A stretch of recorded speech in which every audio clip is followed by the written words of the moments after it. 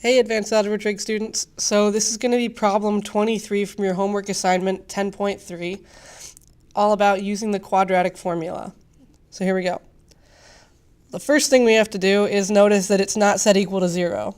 So we have to make this thing equal to 0, so we have to subtract 7 from both sides.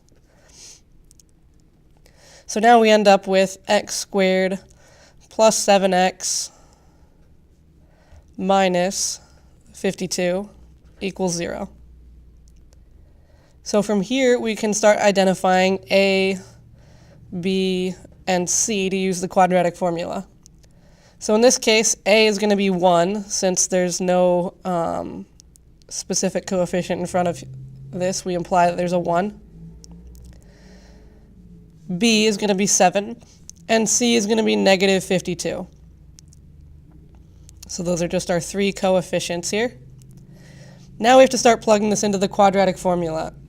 So that starts with negative b. So b is 7, so negative 7 plus or minus the square root of b squared, so 7 squared, minus 4 times a, which is 1, times c, which is negative 52.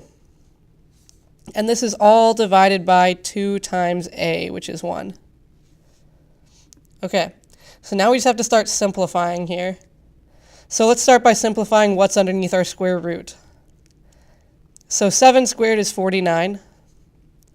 And then negative 4 times 1 times negative 52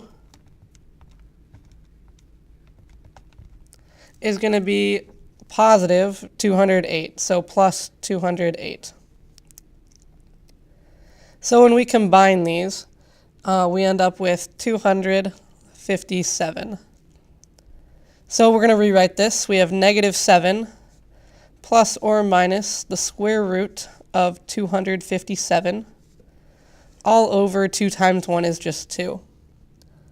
Okay, so from here we can try to break down 257, see if this square root simplifies any further.